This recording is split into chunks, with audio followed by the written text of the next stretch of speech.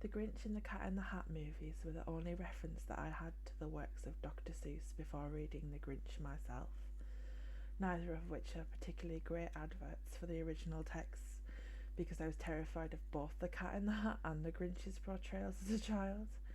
Reading the book, it's amazing that they managed to get a movie over an hour long out of something that takes like 15 minutes to read. But that's the movie industry, I guess. The Grinch through the eyes of the movie from 2000 and the original book are very different people, making the two main themes in contrast with one another, being whether he's a Scrooge or against the consumerism of late-stage capitalism. But who is Scrooge, and what is late-stage capitalism and consumerism? Scrooge is a character from the 1843 novel A Christmas Carol by Charles Dickens. He's come to be the symbol of rich people who hoard money and don't help out people beneath them, miserly behaviour and disgust with traditions around Christmas in the modern era. Through the book, he transforms from a miser with no sympathy for his workers to someone much friendlier through learning the error of his ways. Late-stage capitalism is a term coined by Werner Sombart, but has come to describe the suffering, injustices and inequalities caused by the inherent flaws within the capitalist system, such as a lack of living wage, gentrification and the strangleholds of multinational corporations and their influence on politics. Consumerism is the belief that happiness can be found in the acquisition of goods and that increasing purchases is good for society, a concept that really surged in the 1980s and is still seen in areas such as fast fashion and is added to the current climate crisis. All of these concepts are very relevant in 2020. This year we've seen both the best of people and the worst, great charity and great callousness for the lives of others. A lot of people have lost their jobs or had their hours reduced, so we're also seeing a rise in poverty.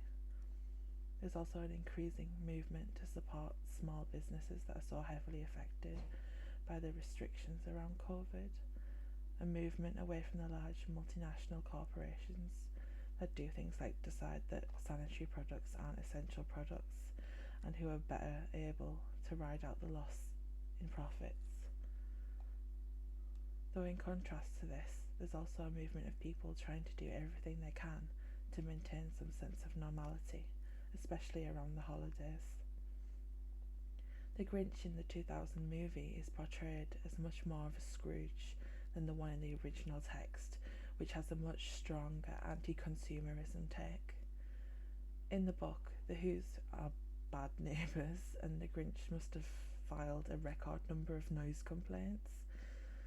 Illustrations that show the Grinch's house and the town of the Who's as being very far apart from each other. The Grinch literally lives in a cave halfway up a mountain, and the Who down in the valley below. Despite this difference, their singing, bell ringing, and noisy children are loud enough to be heard by the Grinch, who hates loud noises. The stress that came with putting up with this noise for so long, and the disgust he feels at the gluttony of the Who, something that's shown to us through long lists of food and pictures of piles and piles of food, accumulates. Eventually he decides that he has to do something about it. He decides that in order to deal with it, he's going to dress as Santa and steal all of the Who's Christmas decorations, presents and food in order to cancel Christmas and make them not able to celebrate the holiday. The Grinch also takes his dog with him on the journey.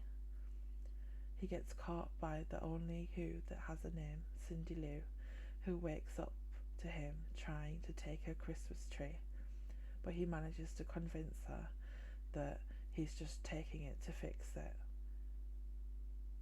The Christmas tree joins all of the other things he's stolen in a sleigh at the top of Mount Crumpet. From the height of the mountain, he can hear the Who's who have gathered outside the town to sing carols, even though all of the Christmas things have been taken. This is the first time the Grinch realises that Christmas is more than the huge feasts, piles of presents and decorations that the Who have come to use to celebrate it. Even though they don't have any of these things, they can still come together, celebrate, and be happy without any of them. Seeing the Who celebrate in this way makes the Grinch bring back the presents and the food and the decorations, and he joins them in the Christmas festivities. So, is the Grinch a Scrooge whose heart has been warmed to include empathy for his fellow citizens, or someone jaded by consumerism and noisy neighbours being able to see the true meaning of Christmas? Now, I don't advocate for stealing your noisy neighbour's Amazon packages, but as someone who used to live next to neighbours that blasted Sean Paul songs at like 3 a.m. in 2008, I have a lot of sympathy for the Grinch in this.